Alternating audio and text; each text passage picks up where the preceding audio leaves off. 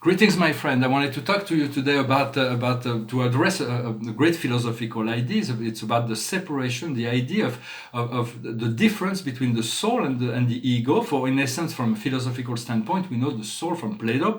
The soul has two aspects: the dark side and the light side. But for practical intent and purposes, we'll say that the ego is the ignorant, the fear, the separation part, and the soul is the love, the inclusion, and the creative part.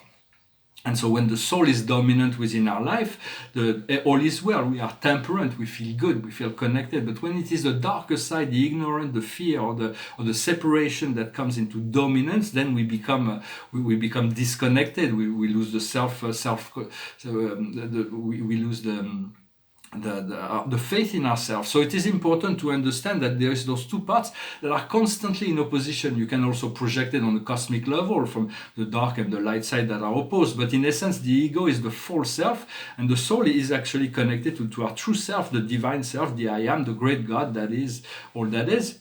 And so the true self is God, the false self is the ego, and the soul is really what embodies the quality of God. Yet the I am presence is monitoring it is supporting both aspects. It is like just to take an example, if somebody is used to drinking a lot of whiskey every night and there is no more whiskey in the bar, the spirit will remind the person to go to the store to buy some more whiskey. Yet we know that drinking a lot of alcohol is not good for the body or the mind. So it is for us to slowly but surely disconnect all this old attachment, these old habits, in order to allow this for the minister will always go towards the light, will always encourage us to move forward, to let go of attachment.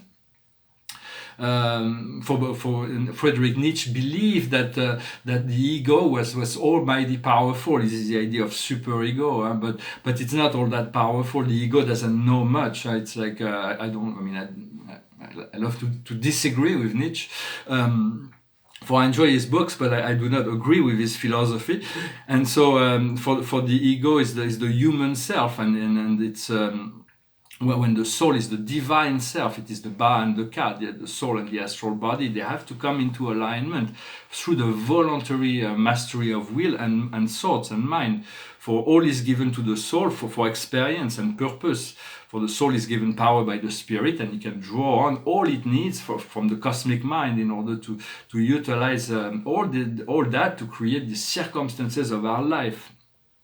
We have to differentiate between the true soul desires and the human craving. It is because the spirit does support both of those aspects, but it wants to. Spirit always wants us to move forward towards better health, better lucidity, better that we want to take care of ourselves in a better way. For the advice of Saint Germain, of a good friend that a long time ago, but this advice I never forgot, is always, no matter what your habits are, change them. Even if it's just to tie your shoes, your right shoes first and then your left shoes, then try your left shoes first. Do not change the positive habits. If you do a meditation habits and you have this is not the habits you want to change, but we all have little things we can do to improve the quality of our life, because it is our thoughts that creates our beliefs. It is our beliefs that creates our habits, and it is our habits that creates our character. So watch your thoughts. Then you can, from watching your thoughts, you can disconnect negative beliefs. So those things, a belief is a thought that keeps on being. It's what we believe. It's what we keep repeating to ourselves, and then it is what creates the habits, and then the habits creates the character. So if we change our thought, we can change our belief, and we can change our habits, and then we can change our character. We can improve our character. For we have to have the courage. The more courage we have to improve our character, the more our love will grow, our compassion, and the more our lucidity, our wisdom will grow as well. For attachment, we are very attached to our opinion as well. For an opinion, the closer our opinion are, the sharper the angle. But then we get locked into an opinion. And so eventually we want to open our mind to say we have an opinion, but it's not written in stone. We have to keep an open mind. And eventually we move into circular pattern of consciousness. We have no more opinion. We become like Socrates. We know that we do not know, and therefore life can reveal at each moment some new truths, higher truths. For Archangel Michael came to see me last night. I saw him as he was because he's part of the firstborns in creation when the universe was created, hundreds of billions of years. Our local universe, hundreds of billions of years ago, they were the first families before even the system was stabilized or whatever. But and originally he was an artist. He's the first artist. For he was created from the Michael creator. He was a musician. He was a creator. He became a warrior with his Excalibur and a protector and a guardian because of necessity here on the planet. But once all those things will be, the planet will be restored to its, and the ascension will have happened, Michael will return to his creative and artistic activity. It's not his vocation to become a warrior, to fight the dark forces, but he assumed that role because it is needed, and you can call on him, you can invite him each and every day. Work with Michael. He's a beautiful beloved. He's got so many wonderful things to share with us, and he's got countless treasure and guidance to offer. For all spirits, higher spirits have great guidance to offer. Also, I wanted to say that the majority of human beings are meant to come to live in the paradise reality after this phase of cleansing. Is the majority. And so what is important to know is, what is your dream? What is your best dream, your greatest dream? How do you envision the best life you can envision for yourself? And even there, you always want to improve it, add details, and then spirit, because it informs the universe of your highest aspiration. As an infinite being, you have no limit. In truth, we appear to be very limited by physical condition of our karmic reality of the now. But as we know we're going to become free, all of this will manifest. So do not limit your dream, and continue to improve the quality of your vision and what you really want for yourself. If you do not know, ask your spirit and soul to show you the way, to show you, because your spirit and soul has even a greater vision. They will take whatever best ideas you have, and they will put it into alignment, into a timeline where they will even be better. It will be better than you expected when the time comes, for in divine timing. Understand that if we can conceive something, we can make it real. If we could not, anything we can imagine or we can dream, we can realize. My Master God explained to me that long time ago. If we could not make it real, we could not dream it. All of the astral planes, the possibilities are manifestable, are manageable in manifestation, in physical. for not of the higher spirits, there are certain things in the higher spirit realm that you can only experience in the higher spirit realm. But anything that has to do with the physical embodiment of ideal living situation can be manifested. And so I'm going to pull a few cards to see what for guidance for the day with the Voyager cards. Oh, we got an escapee. It's the card of logic. So it was a spirit named Parmenid who brought logic into the realization that logic was very important. But logic is very complementary, which means analytical intelligence, which is really what we measure when we do IQs. But there is also intuition and emotional intelligence, and we really need to balance that out because we have a deficiency in that level for most people. And so that both brains have to be functioning to the optimum. So we have to be both intelligent and logical, and both intuitive and receptive to new ideas all the time. So let us see what past, present, and future.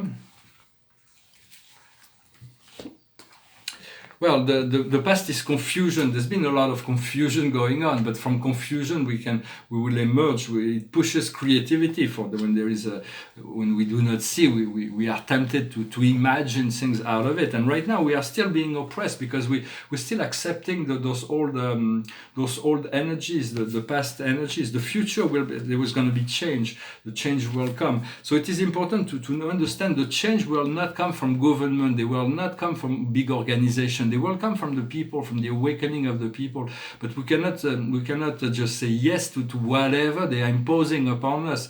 It's like passive resistance. Say no to whatever is in disharmony with yourself. Don't need to get angry or to get brutal or anything like that. But refuse to accept into your field anything that is not in alignment. And so once we confront the oppression, we're going to find the preserver. Our soul and spirit is preserving the higher value. For there will be justice that will be coming into the world. But for now, we need to preserve, to put our energy into what is really meaningful and important for us. What we are working on now is the card of art. It's a card of creativity. It's the card of temperance. It's the card of purification. It's the card of cleansing. It's the card of internal alchemistry. And what will come in the future is work. Here it's called nurturing. It's we're gonna get the bird will be able to fly once he'll be strong enough. We're gonna take our flight, and so it's a kind of nurturing. We're gonna be able to nurture ourselves. So trust in the change, the wind of change will bring positive new life, and. For we have to choose. If we do not choose, it is a choice not to choose, to let other people choose for us. So make the choices for yourself. For me, I've already made most of my choices already. Spirit knows that. And so there is an unfoldment that I no longer have a choice really, because I have chosen to align with the will of God. And that is my choice. This is my only choice. And it's a challenge sometimes to trust. For there is many that will choose to sleep, to follow, to become an agent of the illusion, but to allow them to go through that. Understand that most technologies that we use have not been tested for health and well-being. For those companies are imposing that on people without the proper due research that will make them safe for the human body and safe for the environment. So we use pesticides and chemical everywhere. And we use those electromagnetic frequencies that are extremely toxic to the body. So in the future, we're going to be able to realign our technology to make them healthy and aligned. And so, because it's rushed into implementation by corporation for profit purposes, but all this will come up to the picture, and the people will demand those changes. Otherwise, all of this will disappear, and other people will take over. More conscious people will assume more responsibility. For now, technology is not really our friends. There is some technology that are our friends. If you use a fork to eat, it is your friend. It assists you in eating. But I'm talking about those high tech. Those surveillance and the spying everywhere to the artificial intelligence, they are not really working for you, they're working for them, against you. It's a war against humanity that some of those groups have been. Some of them are unconscious, they're just working for their own greed and selfishness. Yet there are people also, but many of them, not many, I'm not judging anyone or putting everybody in the same basket, but they are very rich and powerful people, like Elon Musk, for instance. It may not be perfect, some of the things I've seen him do, not really, but he putting so much energy in assisting the world to get out of this fossil fuel. It's like I really want to. Eventually, I'm going to work on making those quantum batteries that will be able to regenerate out themselves, so we never have to go and fuel them back. And then work with all those companies to see if I can get that together. I think it will be a great step forwards. But I do respect those who are working for the well-being of the ecology, the planet, they are the light workers and dark workers on every sphere, from the highest to the lowest. There's all kinds of things, and we want to be in non-judgment and to hold on to the love and compassion, the light and unity. For we are all one. What we do to one, we do to others. What those who are doing dark things to people is they don't realize that they're gonna have to feel all the darkness they've done and all the love and goodness we've done to others. When we do our life review after this incarnation, we'll have to feel everything. So we'll know all the ins and outs of our life. This is the way God teaches us. So because God knows, it's one soul. So you want to do good, you want to do no harm. It's very important. But all this, all that is being done, we do not envy those who are creating all this suffering. Because if you're making suffering to millions and billions of people after your life, you're gonna feel a billion times that suffering. And it's like, so we want to have compassion for them, for they are completely unaware of that unity consciousness principle. And so, but it's also a double. It's like a double pain, because first when we pass our life in review and we've done a lot of wrong, we have to feel all the wrong we've done, and then and that condition the karma that we reincarnate in very difficult situation to balance out that karma. So if you can balance out the karma of the past that is completely unknown, but the circumstances of our life, we can bring it into balance, and the more good we can do, the more we can balance out in a sense. This is how it works. It's like this flow of energy, and so it's like but then once it's all balanced out, well, then there is the doorway of freedom opens. Right now there is Venus, Jupiter, and Saturn that are going retrograde. So we're going to rewind, we're going to review, we're going to recall, we're going to be able to have a little bit of space to oversee that, and understanding all those humanity do not know that. For there is all kinds of things that's going to be coming forward, all kinds of truths that are going to be coming to the pitch, to the mainstream consciousness of humanity. So you have to remain calm and loving and peaceful. But a lot of those dark agents have been neutralized or removed. We do not know that yet. But some of them have been allowed to stay because they need to be there in order to be exposed. If they removed everything, there would be nothing to expose. But humanity would never be aware that they've been manipulated for so long or lied to for so long. And so they would allow other groups to come in and do it again. So this is going to be coming up. And so this is about the message I wanted to address today. I hope that was interesting. I hope you can. We want to clarify. We want to be. We really want to be in control of our destiny through the submission to our soul and spirit, and to continue to align with the higher force, the higher vision, the higher will, in order to move into a peaceful state where we'll be able to assist the world in this difficult transition and prepare the golden age that is to come. My book will soon be out too. Spirit says it's going to be an important book, and also it says I may even have to do a version in Latin, which is very elegant. It will be a limited edition in Latin, the whole book translated in Latin. I don't know why. I've always thought that would be something to do, and I might. Today, Spirit showed it to me and said, "Well, that's the very limited edition in Latin." So, but I will do it first in French, English, Spanish, Italian, Japanese, Russian, many languages, German, many languages, so that people can read it and integrate there is important information within this book. I put it in the box below. It's a bit rough translation. It's just a preview of the first 5 chapters, but I hope you find it interesting. Let me know. Behind me is part of a series of portraits I did in 2019. It's a woman. She's got a kind of a cubist kind of figure, and this is my first self-portrait. So self-portrait is like a cosmic painting of hundreds of planets that are placed in astrology, and the Earth in the center. And so I'm not going to get into the details. Those they continue evolving those themes. They're pretty powerful. For astrology is the filter of our consciousness when we choose to arrive at this particular point in order to be affected by those planets in this way. Finish with a song of David Bowie. I sang it already in the past, but it came back through my mind. I changed one word that kind of changed the sense of the meaning of the song, but it's okay. Up there they told me it's okay, so David said it's all right. So it goes like this. We passed upon the stairs. We spoke of what and when, although I wasn't there. He said I was his friend, which came as a surprise.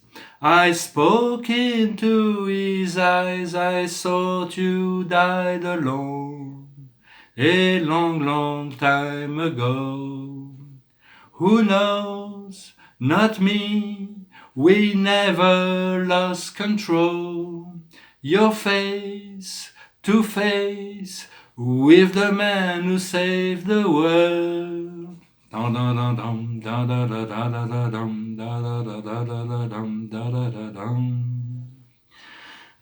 laughed and shook his hand and made my way back home. I searched for foreman land. For years and years I roamed. I gaze a gazeless stare. We walked a million hills. I must have died alone a long, long time ago. Who knows? Not me. I never lost control. Your face to face with the man who saved the world.